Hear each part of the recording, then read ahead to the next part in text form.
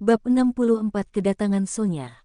Malam ini Dion sedang menemani istrinya yang sedang menonton acara drama kesukaannya di dalam layar laptop milik Dion. Posisinya saat ini mereka berdua duduk di atas ranjang rumah sakit sambil Dion memeluk istrinya dari samping. Sesekali Dion mengecup pucuk kepala Ara dan sebelah tangannya mengusap lembut perut Ara yang sudah terlihat sedikit buncit. Dion melirik jam dinding yang sudah menunjukkan hampir pukul 11 malam dan kemudian Dion mengajak Ara untuk tidur. "Sayang, nontonnya dilanjut lagi besok ya," ucap Dion. "Kenapa Kak?" Ara menatap ke wajah Dion. "Sudah malam sayang, kamu kan gak boleh begadang demi buah hati kita," ucap Dion sambil mengusap lembut perut Ara. "Iya Kak," ucap Ara sambil tersenyum. Dion membalas senyuman Ara sambil mengambil laptopnya untuk ia matikan dan ia letakkan ke meja yang tersedia di dalam ruangan tersebut. Kemudian Dion menemani Ara berbaring di ranjang rumah sakit yang lumayan cukup untuk tidur berdua. Mereka berdua tidur saling berpelukan satu sama lain dan mereka berdua sama-sama tersenyum saat janin di dalam perut Ara bergerak. Mungkin debai mereka berdua juga ingin berpelukan bersama dengan mama papanya. Asteris asteris asteris asteris asteris asteris asteris asteris asteris asteris asteris asteris asteris asteris asteris asteris. Keesokan paginya Dina mengunjungi Ara yang masih berada di rumah sakit. Di dalam ruang rawat Ara membantu Dina menyelesaikan skripsinya sambil ngobrol hal-hal yang membuat mereka berdua tertawa bersama. "Aku jadi pengen ngerjain skripsiku sendiri deh," ucap Ara. "Tunggu debai lahir dulu Ra," ucap Dina. "Lama Din," ucap Ara sambil memangku dagunya menggunakan dua tangannya. "Nurut aja dulu sama suami Ra. Jangan membantah," ucap Dina dengan tegas. "Sejak kapan kamu bisa bicara tegas begini?" Ara menatap Dina. "Sejak aku jatuh cinta kepadanya hehehe," jawab Dina. "Dasar bucin." Petik 2. "Biarin." Ra, tadi aku bertemu lagi sama sepupu kamu," ucap Dina. "Sonya, di mana?" Ara menatap Dina. "Di persimpangan jalan tadi." "Kamu yakin itu Sonya?" Petik 2. "Yakin 100% Ra. Dia tinggal di mana ya sekarang?" tanya Ara. "Mana aku tahu Ra," jawab Dina sambil menaikkan kedua bahunya. Tapi Ra, badannya dia sekarang kurusan loh," lanjut Dina sambil melihat ke wajah Ara. "Masak Din." Petik 2. "Iya Ra, tapi ya sudahlah biarin aja," ucap Dina. Kemudian Dina meminta bantuan Ara lagi untuk mengerjakan skripsi yang tidak ia mengerti dan pembicaraan soal Sonya jadi teralihkan. Skripsi yang dikerjakan banyak sekali, sehingga membuat mereka berdua beberapa kali menggelengkan kepalanya secara bersamaan. "Mau lulus aja begini amat ya," ucap Dina. "Tahu gitu aku ogah kuliah." Lanjutnya, "Coba ngomong gitu di depan mamah kamu Din," ledek Ara. "Becanda kali Ra," ucap Dina sambil memutar kedua bola matanya malas. "Lagian itu kan sudah tugas wajibnya mahasiswi dan mahasiswa Din," ucap Ara. "Iya Ra aku tahu." Dina kembali menulis di kertas coretan sebelum ia mengetik skripsinya di layar laptopnya.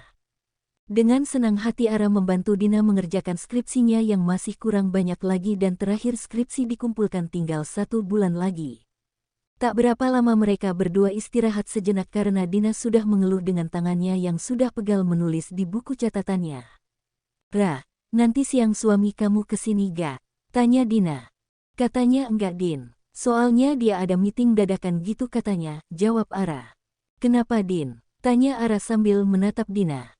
"Berarti Ray juga ikut dengannya dong," ucap Dina sambil memasukkan bukunya ke dalam tas.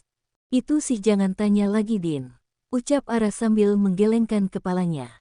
Ra, aku penasaran nih," ucap Dina. "Penasaran apa Din?" Ara mengeritkan keningnya.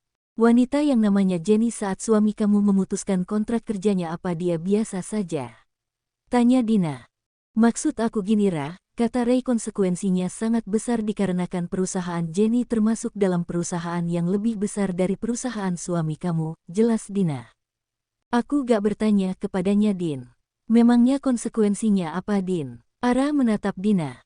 "Perusahaan suami kamu jadi tercemar karena memutus kerjasama dengan perusahaan yang lebih maju dari perusahaannya," jawab Dina.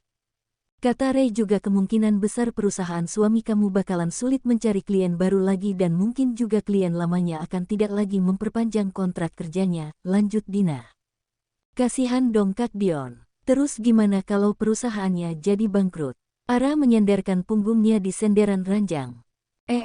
Jangan mikir yang enggak-enggak dulu Ra, ucap Dina yang merasa bersalah karena sudah memberitahu Ara. Suami kamu kan ulet banget tuh dalam bekerja, jadi aku yakin kalau dia gak bakalan ngebiarin perusahaan yang sudah ia dirikan selama ini menjadi bangkrut, ucap Dina dan Ara menghembuskan nafas lega.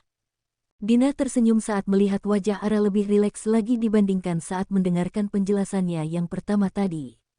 Jadi kamu jangan merasa bersalah ataupun berpikir yang enggak-enggak oke, ucap Dina sambil mengusap pundak Ara. Apa aku salah ya marah seperti itu Din? Tanya Ara. Enggak Ara. Yang memutus kerjasama kan suami kamu dan kamu tidak menyuruhnya, jawab Dina. Tapi kan dia memutuskan kontrak kerja karena aku yang marah tahu dia kerjasama dengan Jenny. SSSTTT. Intinya sekarang kamu harus mendukung suami kamu, supaya dia tetap ulet dalam mengurus perusahaannya, ucap Dina. Ara kemudian menganggukkan kepalanya dan setelah itu Dina menyalakan layar laptopnya untuk menonton drama kesukaan mereka berdua. Asteris asteris asteris asteris asteris asteris asteris asteris asteris asteris asteris asteris asteris asteris asteris asteris. Jam makan siang Dion ditemani oleh Ray sedang menikmati makan siang bersama dengan salah satu kliennya. Klien Dion yang satu ini adalah salah satu klien yang penting bagi Dion, jadi Dion tidak pernah absen saat diajak bertemu oleh kliennya tersebut. Seperti saat ini, meskipun tidak membahas soal pekerjaan Dion tetap menerima ajakan kliennya untuk sekedar makan siang. Klien Dion ini adalah klien lama dari perusahaan tuan besar dan sekarang perusahaan tuan besar digabung menjadi satu dengan perusahaan yang Dion dirikan sendiri. Selesai makan siang bersama dengan klien, Dion dan Ray berpamitan untuk kembali ke perusahaan lebih dahulu. Sedangkan kliennya masih berada di restoran tersebut, karena kliennya akan ada pertemuan dengan rekan kerjanya yang lainnya. Saat berada di perjalanan menuju perusahaan, tepatnya di dalam mobil beberapa kali Dion menghela nafas kasar sambil menatap layar iPad yang ada di depannya. Semua itu tak luput dari pandangan Ray yang meliriknya dari kaca spion depan. Setelah ini kumpulkan semua bagian pemasaran di ruang rapat Ray. Perintah Dion sambil menatap layar iPad. Baik Tuan Muda, jawab Ray.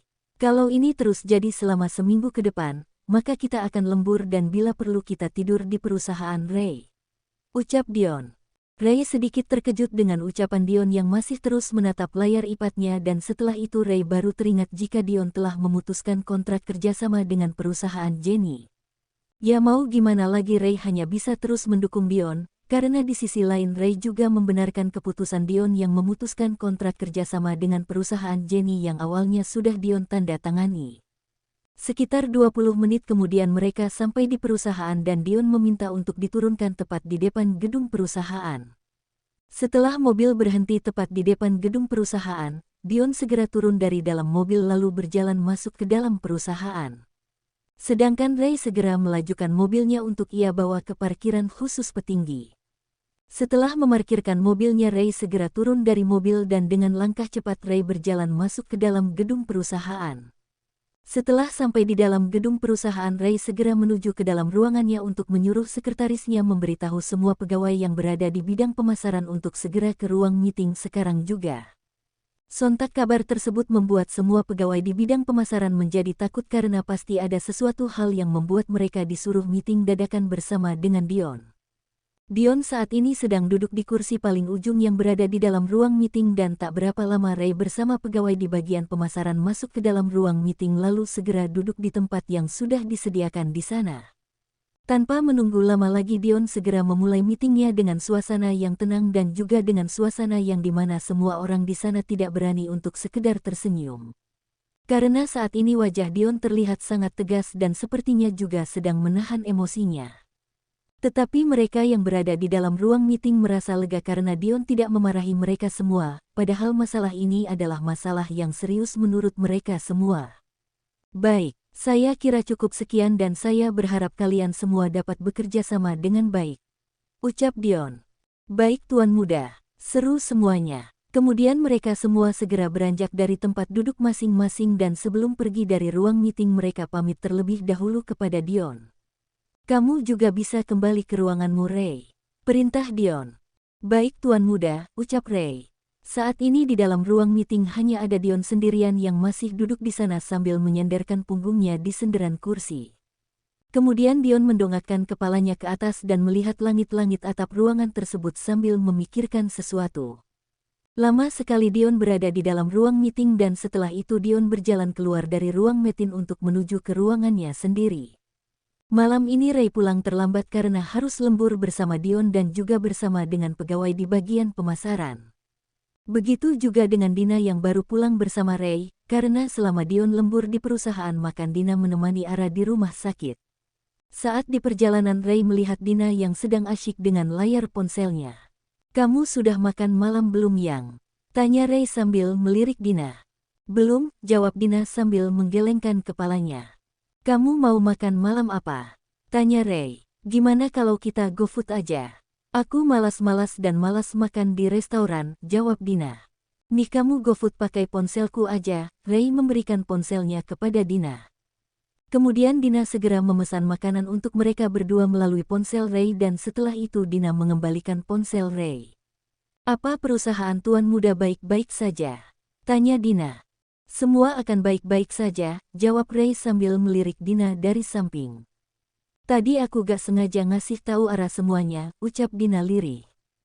"Terus gimana responnya?" Petik 2. "Awalnya dia terkejut tapi aku kasih dia penjelasan supaya dia gak berpikir terlalu keras. Semoga saja nona muda dan bayinya baik-baik saja," ucap Ray. "Iya," ucap Dina sambil menganggukkan kepalanya. 35 menit kemudian mereka sampai di parkiran apartemen dan setelah itu mereka berdua segera turun dari dalam mobil. Mereka berdua berjalan beriringan masuk ke dalam lift yang akan mengantarkan mereka ke apartemen mereka berdua. Ting! Pintu apartemen terbuka dan mereka berdua berjalan keluar dari dalam lift untuk berjalan menuju ke apartemen mereka. Sesampainya di depan apartemen, ternyata GoFood mereka berdua sudah diantar dan diletakkan pada handle pintu apartemen milik Ray. "Aku mandi dulu ya, nanti aku ke apartemen kamu," ucap Dina. "Aku saja yang ke apartemen kamu sayang, nih bawa masuk dan siapkan," ucap Ray sambil memberikan GoFood kepada Dina. "Hah?" Dina menerima GoFood tersebut sambil menatap Ray yang tersenyum dan masuk ke dalam apartemennya. Dina menggelengkan kepalanya sambil masuk ke dalam apartemennya dan sesampainya di dalam apartemen Dina meletakkan GoFood-nya di atas meja makan. Setelah itu Dina berjalan masuk ke dalam kamarnya dan setelah menaruh tasnya Dina segera masuk ke dalam kamar mandi untuk membersihkan dirinya.